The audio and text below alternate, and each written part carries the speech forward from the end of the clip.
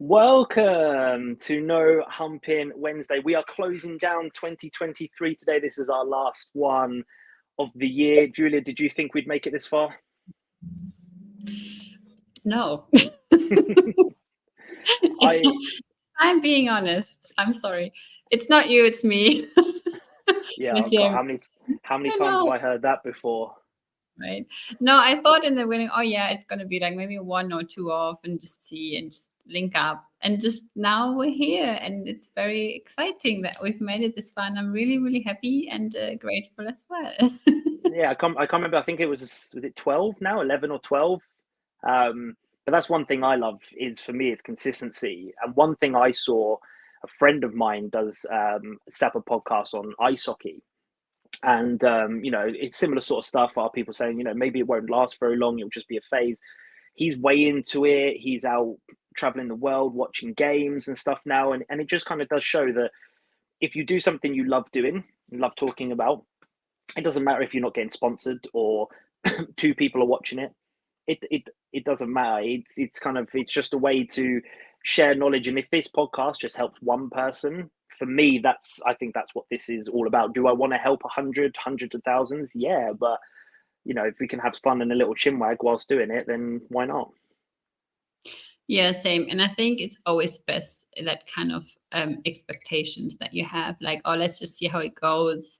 If I can just have one person, that's like plenty, rather than I have to be like top number, like top 5 in the world in the next 3 months.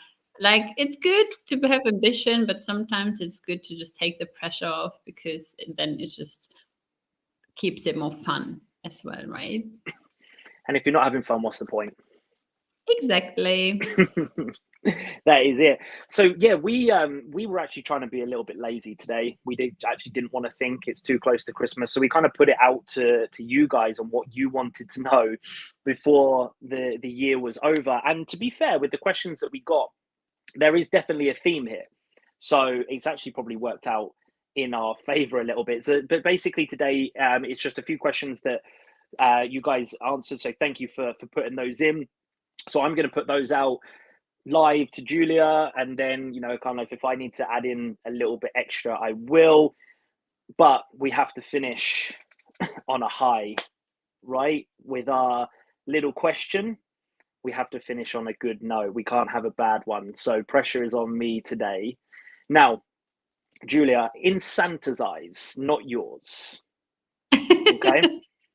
Because he hears and sees everything. Are you on the naughty or nice list this year? And why do you think that you're on that list? Oh my gosh. Okay. I thought you'd Wow. like that one. This really have to end like this, right? Yeah, of course. Well, it depends what we consider naughty or nice, I guess. Santa. Very Santa's watching. depending on which area of life we're talking about. Um, sorry, why is this funny? I don't know. Well, no. I think I'd be on the nice list. Okay. And why do you think Santa, not Julia, why do you think Santa's got you on the nice list? Because it's been quite the year for me, right? So I've moved countries. I've had lots of things going on, like family, personal life stuff, everything, like lots of changes for the business, just like everything. And it hasn't always been easy to navigate through. And especially the beginning of the year was really, really tough for me, like mentally. And I think I've come a really long way since then. And, now like kind of making myself a home and being back with family and like settling in and all these kind of things, I think I pushed through really well. And I think this is why I would be on the nice list, because I didn't give up on life or myself. Yeah.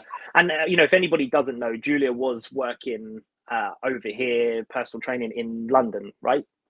Mm-hmm. And she has moved back home to Germany to experience more German Christmas markets. I don't think there was any other reason why you'd head back home. So yeah, no, I'll give you that. I've got no I've not spoken to the big man, so he's not told me either way. If But you just I don't know, put some like biscuits in his mouth and just like shut up. but to be fair, I kind of messaged a few people the other day. I always check in on old clients and stuff like that, and I messaged a few, and I'm just like, hey, what's going on? Naughty or nice list this year? It's just kind of a fun question, and it's funny how many people kind of like, I know you want to say naughty, I know, but you're always going to go with nice. It's kind of like a little a way around truth or dare, I think, isn't it? I mean, yes, and I guess at the end of the day, we're all just giving our best. And you know, if we look at the year as a whole, like how well have you been doing, you know, and what's been going on, I think we always need to put that in relation rather than just saying, oh, it hasn't been the best year and I've been slipping off and I haven't reached my goals. And you know, okay. What? Oh no, for anybody that is only listening, we flipped screens again. This is going to confuse everybody. No. I don't know. Last time it happened at the end, so it was fine. And now we still have like a half hour to go. So I'm like, this is, oh gosh. Okay. Anyway, never mind. Anyway. But yes, so I guess, you know, and I think it's a good way to kind of start with this episode as well, looking at the whole picture and the year as a whole, rather than now, you know, coming and maybe wanting to write like New Year's resolution and things, and looking at, but yeah, this year I haven't managed to do this and I haven't reached my goals, or I have reached them and then lost it all and whatever. Okay, but what is the whole picture and why has it been like that, right? I think it's very easy to just say, oh, I didn't reach anything, or I just reached half my goals, so next year, you know, X, Y, and Z, rather than, okay, I maybe just reached part of what I wanted to achieve, but why? And always understanding like, why am I here today rather than somewhere else? Because then once you understand the why, it's easier to then write down new goals and set new intentions and all these kind of things, because then you can already navigate through things, right? Yeah, so we have got a question on goal setting, so we'll do that first. But just before I go into that, I haven't reached all of my goals, and I'm okay with that, because there's been progression towards it. But what I've established this year, it all vision. I have no idea why this is going on today, but it's an ultimate vision for me. And then everything is just a stepping block to it. So when people a few weeks back were like, oh, what's your 2024 goals? I'm like, I don't know. Like, I'm still working now. Like, I'm still working today and tomorrow, all the way up until next Wednesday is my last working day. Because for me, it isn't just an end product. It isn't just like hit 1,000 subscribers on YouTube. Well, it doesn't stop there. Where does it go from there? What are you utilizing with that 1,000? Are you creating content? Are you going to 2,000? It's all stepping points. And just because you haven't reached a goal, it doesn't mean that you won't ever reach it. It might just be that it's taken you longer than planned, or you've gone off in a different direction, and that's okay. It's absolutely fine. As long as there's movement, any form of movement forward is good. And that brings us kind of to the first question. So we'll go with that, and I'll put it to you, and we'll go from there. But we got a message on LinkedIn, and they asked us, are you setting goals in other areas of your life, not just fitness-based ones, I suppose? And if you are, when do you do them? Do you do them in January? Do you do them at another point in the year? So yeah, how do you normally go about that?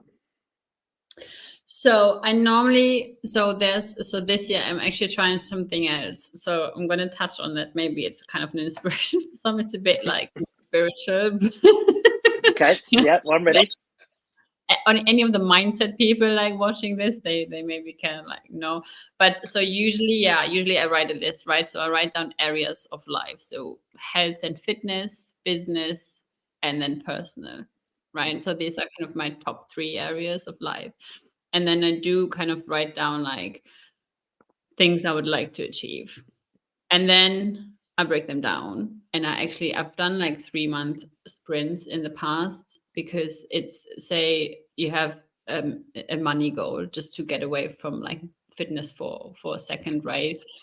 I want to earn X this year, whatever that number is for you. Okay, great. But what does it look like? Right. And I guess it's the same for every area, to be honest. And so what I do with my clients, for example, as well, I have them write down goals. So I want to, I don't know, I want to hit 100 kilogram squat, whatever. Or for the ones that do home workouts with me because they're not ready to go to the gym yet, I want to start in the gym in April, whatever. Right. So we have like a month too. It's then getting clear of, okay, this is my goal. What do I need to do for this? So let's say, if we come back to fitness, right? I want to hit 100 kilograms squat. Okay, can I do body weight squat right now? Where I am right now, and then how can I break it down? So for my clients, talk to Julia that this is my goal for next week. Yeah, and then I can see where they are and what is required. So I need to go X amount of days to the gym and have a plan and structure and actually nail my nutrition and recovery and not just wing my training. But then also it's very important to understand, why could you not reach this goal? So what could be a potential, like, stepping stone? Like, okay, I might get busy at work, or I don't have a gym membership yet, or, whatever. So it's very important to understand what is required, but also what could hinder me from reaching the goal, because then you can already like plan ahead. And so to get back to your question, this is going to be the longest answer, but what I'm going to do this year is the 12 wishes, basically. So okay. This is a bit more spiritual now. What you do, and I actually went to a workshop on the weekend where they like explain everything. Is very like a bit woo-woo, but I love it. So you write down a list of 100 wishes and dreams and goals, right? Just write everything down. Is 100 because it helps you to just think outside the box a little bit, because we can all like write down 5 wishes. It's easy peasy. But when you get to a certain number, you have to really, really start thinking and get a bit delusional. Yeah, I've seen that before. Yeah, I've seen that before in things. Yeah, like anything that you do, that you'll write what's easiest, but then when you actually have to think about it, that's when you start counting. Yeah. And then you write the list. You have until the 21st of December to write the list, and then you pick 13 of these wishes, dreams, goals, whatever you want to call them. But you have to pick the ones that give you like a tingly. Again, this is, it's not. No, but it's real though. If those butterflies aren't going around in your stomach, it doesn't mean enough. So whether you're spiritual or not, there is a real thing. It gives you a purpose. It gives you something to actually really that you care about and you're passionate about. Right. So you have to choose 13 that give you the tingly feeling. The feeling when you fall in love, that kind of thing. The one that you hopefully have when you look at your husband, wife, or whoever you're married to or not married to, right? Yourself. Then you write them down on a tiny piece of paper, literally little. Then you fold them, but they all need to look identical. You put them in the box. And then on the 24th, so Christmas Eve, you start, and it's like a little ritual. You take when the sun goes down, you take one paper, anything, and then you have to burn it. So it's basically freeing it so you give it up. So you write down your goal and your dream, and you give it away so that the universe take care of it, right? So it's a bit manifesting as well, I guess. Yeah, but hey, whatever works. Whatever works. Whatever works. And you burn it, and then you forget about it. And then you do that for 12 days every night. You do choose one, and then because you chose 13, the one that's left over, you take that, read it, and you put it in a special place. Also, when you burn it, you're not allowed to read it. So I'm going to try this year and see what happens. Well, will you let us know how it goes? I will update you. Yes. Yeah, but everything you said there, the three points, health, financial, personal, whatever kind of brackets you want to put under it, I work exactly the same.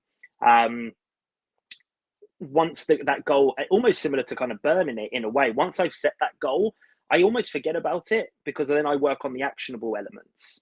So like, again, I just use it as an example. If I put 1,000 subscribers on YouTube, okay, well, how am I going to get there? Well, I got to create content, got to do SEO, you got to do graphics, you've got to connect and blah, blah, blah. Then you'd have those actionable steps. That's what you need to focus on. So I almost kind of forget my goals. I have them written down, similar to you. They're in a book somewhere in here. And I do what I do as well is I do a Sunday check-in. So I look on Sunday, I look at what went well last week, what needs more work, but I will always go back to the goals I set for those individual areas. And I'll look there and I'll like, oh, I forgot that, or, oh, actually I did really well there. And I'll kind of take a note. So I'll keep those ones in mind. And on the addition to the question, when do I do them? I did these in the Christmas break because until that point, I'm working now till Wednesday. When I sit down in the Christmas break, I will think about next year and what needs to evolve on what I started this year. It might not be a complete change. There might be changes like this. I didn't write down start a podcast with somebody last year. I didn't write down start a networking event with somebody. Like these things just evolved and just happened. And that's okay. Things change and you have to go with it. And I think that's the most important thing. It's like you have to like write down your goals, but you have to you have to detach from how they're going to happen, right? Like you don't know. And this is why kind of, as well, when people say, oh, what's your 5-year plan? I don't know. I don't have one. Yeah, I have a rough direction where I want to be. I don't know what's going to happen tomorrow. Yep. What opportunities come? So it's important to know what you want to achieve and what you want for your life and the person you kind of want to be and become, and your values and all these things, but to be very open and almost flexible with it in terms of how they're going to happen, right? Because I think sometimes we just get so caught up in how things need to look like exactly. And I need to wake up at 5 a.m. every morning and do this and then have like this 2-hour-long morning routine. Otherwise, I'm not going to be successful. I'm going to take a cold shower every morning, blah, blah, blah, blah. And I'm just like, okay, but just be a bit more open to what else is going to come your way. And because otherwise it's going to be in your little box and think you're going to tick off this checklist. But, joy doesn't come from a checklist, and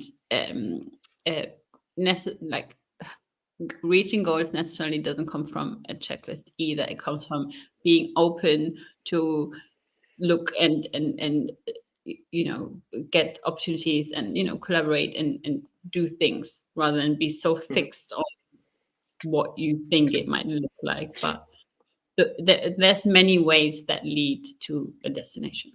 Yeah. And you hear it a lot. I'm a numbers person. I'm target driven. One of the most interesting books I ever read was Extreme Ownership, which was I think it was either Marines or Navy SEALs. But it was about a leadership. And what they teach you is that you have to adapt. You have to adapt and overcome. You have to be ready for anything that's thrown at you, because if you don't on the battlefield, you're done. You can't. Yes, you have a plan, but if you just stick to that plan, well, that doesn't always go. Well, very rarely probably goes how exactly they want to on the battlefield. And you do have to be ready to adapt. And it's okay to kind of have a guidance and a way you want to go, but you have to be ready and open to change, willingness to change, willingness to listen. And it becomes fun. So it's okay to follow numbers and things like that. But in reality, we don't really work that way. That's not how kind of humans are based around. But that was probably actually a really fantastic question, because that kind of, we could probably talk about that even more. But we did follow up one, and you were starting to talk about clients there a second ago and how you do it with them. And we did get asked, well, what is your ideal client? Who is the person that you speak to? Now, this question is really funny for me, because it's like, well, I could go off in so many different directions. If I look at my client base, they do come to me for different reasons. But, who would you say is your ideal client? Look, so I don't have a set person as such, but there's certain traits I would expect from someone that wants to work with me. And it's something that's why I have a call with someone before to even look at it. Can I even help you, right? And so it's just like, I literally don't care what your goal is, right? Like, as in, as long as it's reasonable and you don't say you want to lose like 100 kilos in like 3 weeks, then I probably would need to have a serious word with you. But the only thing I expect from my clients is being obviously trusting me, but I just trust that you wouldn't come to me in the first place if you don't trust me. But you need to be open to receive coaching. You need to be open to get out of your whatever you're currently thinking might help you, because so far it hasn't helped you, right? So it's being open enough to try new things, to not just say, oh no, it doesn't work for me like that. Like, how do you know, right? So being open to new approaches, being open to coaching, being open to just trial and error a bit, because that's how you kind of learn about yourself. But also being very willing and to put in the work. Like, I'm not a military trainer who's going to shout at you. I might give you some tough love, but you actually have to be willing to put in the work. I can't help you. I can't do it for you. And I can't help you if all you expect is like, and I think sometimes people have these expectations. They come and hire a coach, might that be fitness business or any area of life.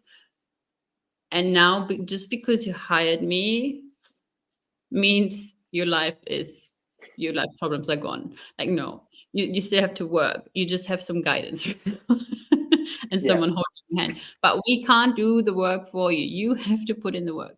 You have to communicate with us. You have to be open. You have to be honest. So these are just kind of traits I would require from someone. And then anything else we can talk about. But yeah, if you're not willing to put in the work, even though it might feel hard, again, we can talk about why does it feel hard and where do we need to put changes in.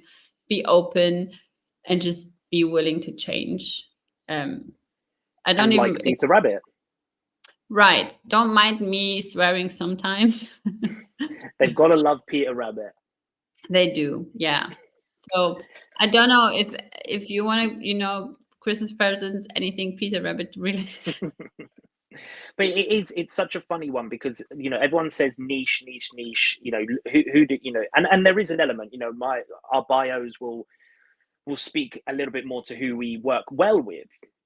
And for me, I do work more so now with the busy professional who's stuck at the desk all day, thriving in business, but neglecting areas in their health and well-being and potentially family. A current client at the moment, we started off with physical appearance because he wanted confidence, and it's now moving into setting up his own business or moving into an area that he's been procrastinating on. So it can take you on many areas, and I feel from my own journey, which is again what my niche is. Well, it's me. I'm my ideal client. Everything that I've gone through, I want to take those type of people and help them get there quicker than what I did. So for me, it fell under the bracket of personal development, right? It's how you do something is how you do everything, the CEO of your life. It isn't just about a number on the scales or how you look. It comes down to being successful and feeling great and having control in multiple areas of your life, with your food relationship, with your family, with your friends, with your relationship with work, let alone just actually building on your business. So there is a lot to it. And I did a post a while back and I said, look, this is what a behavior change coach does. And it was confidence coach, accountability coach, fitness coach, nutrition coach, sometimes even counseling. Like, there is so many elements to coaching, which you never really know which way your client is going to go down fully until you actually start the conversation. Yeah. And that's what I mean as well. Like, look, so I can tell you what I don't do and everything else we can work with, right? And I always try to find a solution. Like, sometimes people come to me and say, hey, I would like to work with you, but I'm not ready to do X, Y, and Z or go to the gym. And that's fine. Like, there's always a way, unless, you have to be willing to do something and accept help and just be open, and then we can work on it. I'm not a body transformation coach. I don't do these kind of things. I work very almost slow, right? Slow and strategic. with my clients on their goals, weight loss isn't the center of our attention. That's why we work on weight loss, but it's not like, here's your calorie deficit straight away and restrictive and kind of things. It's more like, again, changing behaviors, changing relationship with food, and just doing a bit of inner work almost, right? Mm-hmm. Rather than a diet plan, good luck. Mm-hmm. So there's certain things I don't do, not because I can't, just because I don't align with them. Body Mm-hmm. transformation is one of them. But that's fine, because that's also not the people who come to me who want that, right? They want a bit more for themselves and their life and their health. So, yeah. And I guess it's like that with everyone. Like, if it's a good coach and a good person, they will find a way. And, you have to just tell them what you're looking for, and then we can help you. If you don't know what you're looking for, that's fine. We can figure that out together. Mm-hmm. I just feel that's it. I just feel like the online coaching is a tier up from personal training. You might get some very good personal trainers who do a little bit of a holistic approach and talk about habits and things. And I did, but the shift to actually investing in the conversation on personal development and habits and mindset, that shift in investment to, that's where you're focusing your time and energy. That's been the most powerful part of the transformation. And yes, people do come, I don't, maybe with you, but they do with me, they do come for some element of body transformation, because there is an element of confidence and feeling good, but it takes it away from almost like the focus point to just another area of improvement. Yeah, don't get me wrong, right? Because I work with like 99% women. I have like the odd man, right? So fellas, don't be scared. Don't niche too much. But yeah, they come to me and say, oh yeah, I want a peachy butt and I want like lose a little bit of weight and things, but also, and don't need a transformation picture in the next 6 weeks. That's kind of what I mean with body transformation, right? It's more like a bit more, again, holistic and less restrictive, because I'm here to also help you sustain whatever you're achieving. So, well, it's about longevity. It isn't about what most people do is they start and then it's background, and it's just a constant loop like that. And I find with the coaching and what we do here is you break that. It's not to say that you're just going to constantly move forward continuously forever. There'll be points of plateau and difficulty, but it's the element of not starting again. You may pause, you may find things difficult, but you never go back to that starting point again, because you have too much knowledge, too much information, too much self-awareness and understanding about yourself that you can actually push through that barrier that you've been getting stuck at, and that's led to you going back to square one. And I think that's the biggest shift. it is. And if I take myself as an example, because I think there's always this expectations people have for us in the fitness industry that we're always constantly on track. The last 9 weeks, I probably trained, like, I can count on one hand how much, right, to the gym. And I just want to like point that out, because sometimes life happens, and so it's fine. But it's at least in these times where it's then, and I'm now slowly getting back into and building up my normal like training routine. But it's because I have, put in the work previously, that now my body's able to respond better and faster to things again. But also that I don't look as if I haven't trained for such a long time, because I have this kind of baseline muscle, I guess, right? Muscle, Yeah. right? And appearance. But it's the 10 years I put prior to it, right? Yeah. And I guess that's what people get wrong. It's not the 2 month like falling off track right now, and like now that's it. Like, no, I know why it happened, I know the reasons, but also I know how to get back to it and like build up properly again. And it's the same for everyone listening as well. Like we spoke as well, like in the last live, it's just a Christmas period. It's fine. You're like, nothing's bad's gonna happen to you in terms of health, hopefully. But Yeah. when we think gym routine and stuff, so it's about not to get discouraged and like learning and applying a toolbox that you hopefully like learn about, how to kind of bounce back after a time off. Yeah, definitely. Well, it looks like we got time to just squeeze in one more question. Again, another good. We've had some good ones, and it's still again a little bit client based. And I connect with that. So what do you expect? so the question was, I think I've jotted it down as best I can. So, what are the first few mindset steps you give to your new clients to set them up for success? So this sounds like they've signed up, they're ready to go, and it specifically said mindset steps. So, where would you take a client that's just signed up? How would you get them in the right frame of mind to set them up for success? That's what it is. Is how do you get the ball rolling? So it always depends on the individual, their goals and their starting point. But the most important thing I do is set expectations, right?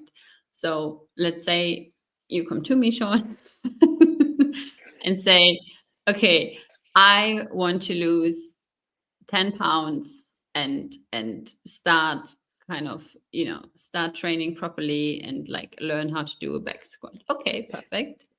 I hate squatting. Yeah, me too. So let's use a deadlift because deadlift. Yeah, okay. I want to get my deadlift up. Yeah. Yeah, I would say, okay, great. So this is our starting point. Whatever you told me before in a consultation, great.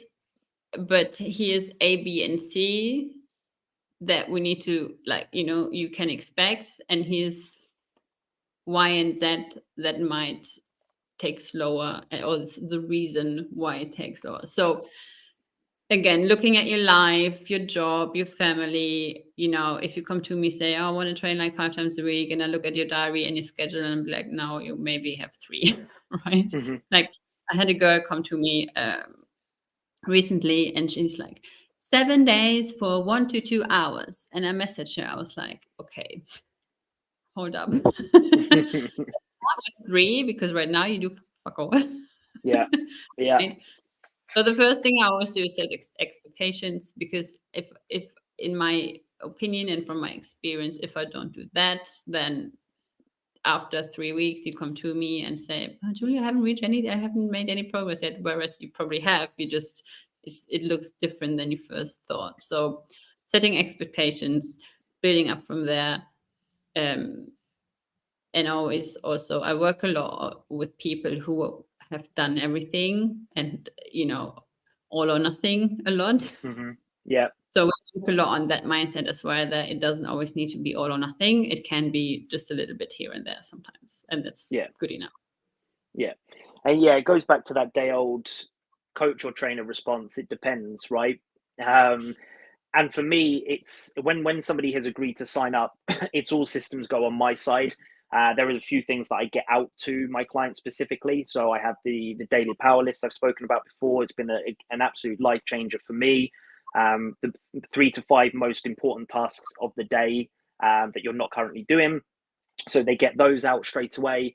And we get kind of the first call. And the first call, the discovery questions that go out before the first call is the big starting point, because mindset wise, I don't know what to give a client until we've had a deep conversation. And that first conversation after the initial strategy call is that first one. What is the biggest issue, the biggest challenge that we're going through right now that we need to fix first? And for most people, it isn't necessarily what they're eating. It could be stress, overwhelm, and things like that. So you're spot on. Setting expectations is key to let people know that this is a process, this is a journey. This isn't, get ready for holiday and then get ready for your holiday again next year and the one after and the one after. This is get ready and never have to come back to this starting point again. So it is different. But I think a lot of people know it's different via content and talking to us. And I think why they come to us, they know it is a different approach.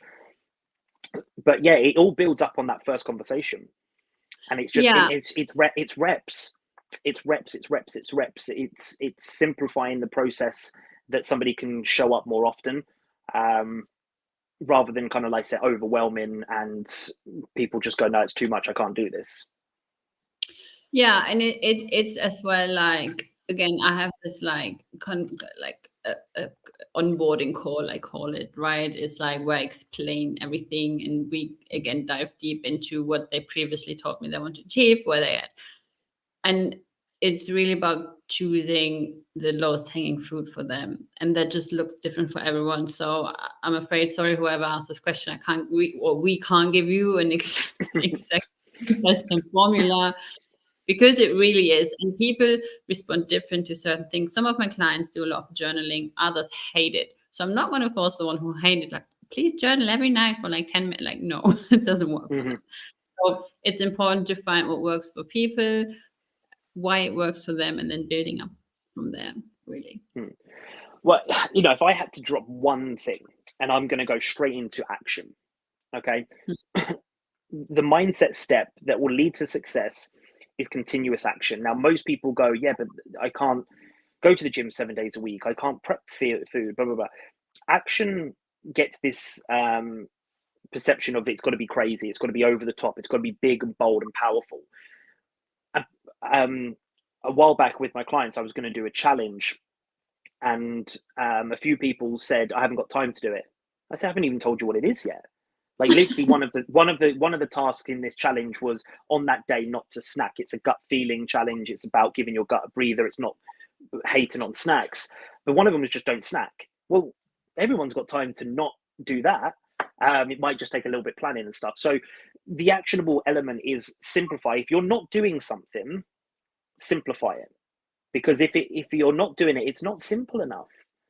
So if you're not going to the gym, set your task as doing 10 squats. If you're not doing 10 squats, can you do one? If you're not doing one, can you put your gym kit on? Strip it back as far as you need, but there is an actionable element, because action builds momentum. And then all the things start falling into place. So this is what I do a lot with my clients, is I simplify the process. I make it as simple as can. Not easy. If it was easy, you'd be doing it anyway, but simplify it so that you can actually start building action and start seeing the momentum and it building from there. So if I was to have to give you a mindset step, it would be simplify to the point that you actually start moving. Yeah, and I guess that's why I get a coach, is because we can make it easy for you, because sometimes you're just so deep in it, you can't see anything. And sometimes it really is much more simple than you would think, but it's the simple things that are hardest, right? Because we all know to eat better and move more and sleep more and drink less, but why are we not doing it? Right? But the thing is, for like you and I, it's at the forefront of our mind daily, right? Whether it's for ourselves or our clients. For our clients, they have a job. This is our job as well, but they also have a job, and they also have a family or a friendship group, so this isn't always, as much as they know it's important, some may even put it in a priority bracket, it might not be at the forefront of their mind because they have other areas going on. So that's why the simplify approach is powerful, because you then don't eliminate it. Oh, it's too much for me right now, I can't do it. Too much for drinking a glass of water extra than you did yesterday, or doing 20 minutes of housework as your exercise rather than going to the gym. Like, there's so many ways to bring it back to a point where actually it's not overwhelming, which then allows somebody to then move forward. Even if it's slower, it's better to move forward at a slower pace than not at all. Yeah. And like, again, if this is one thing I can give you on the way as well, it's like, don't start with 10 steps. Start with one, maybe a half step, something, put your feet forward. But it doesn't need to be complicated. It doesn't need to be like I always say, more isn't better, or more isn't more. It's just better is always better. So what is it that you're currently doing that you can improve on, rather than cutting out everything and everyone and just thinking like you have to be like 3 hours, 7 days a week kind of thing in the gym and eating like nothing but air. So yeah. So if we had to round up 2023 right now, this is our last one for this year. We'll be back next year, probably the first week of Jan, maybe, on that one. I don't know what your schedule is. We'll talk about that later. But if you had to wrap up now, 2023, because we might see people on LinkedIn, but we're not going to do any more lives. What would you leave? Leaving statement, leaving thought. What would you leave everybody? Well, personally, I'm glad the year's over. It's been quite a year for me. I'm just exhausted. I spoke to a friend earlier. I was like, I can't wait for Christmas, because all I'm going to do for 3 days is sleep. Just putting 8 hours of Christmas movies on and sleep. But I mean, look, I think also this is what I'm going to say, and this is going to be very disappointing for you, maybe. But don't put too much thought into, oh, what has this year brought and what's next year going to happen. Like it's at the end of the day, it's just another day. You wake up New Year's Eve, it's just another whatever day it's going to be, Monday, Tuesday, I don't care, I don't know. Right. So I think we need to stop giving so much meaning to years and days and just make every day count. And I think this year, especially, and the last few years have really showed that maybe we should just put more thought into each and every day today and not going to worry what's going to happen on January 1st because it's still quite far away. I don't know what's going to happen until then, you know. So appreciate today and don't look too much back into the past and think, I wish this year I would have done X, Y, and Z. Yeah, well, it's done. Can't change it. So whatever you can do today, do that, and don't worry too much about what next. No, I'm happy with that. I'm happy with that. In the rush to get ready for Christmas, in the rush to get your 2024 goals in, don't forget to actually slow down and enjoy what we have here. I think we said that last time as well. So I'm more than happy with that. So thank you for everybody, whoever's turned up live, whoever's liked or commented this year. Hopefully it's given somebody something to take away. That's all we wanted. We'll be back probably feeding you some New Year knowledge early next year. But yeah, it's really appreciated because obviously we, yes, we do it to have a bit of a chat and a bit of fun on our side, but we are doing it to give, to help somebody who needs it. So yeah, thank you very much. And we hope you will have a lovely Christmas and New Year. Yes. And everyone post your Christmas plans under this video so we know what you're all up to. Yeah. And if you're the Grinch, tell us as well. Yeah, we'd love to hear. So yeah, any more questions, do pop them in the comments. We might be around a little bit to answer. We'll see. It is December.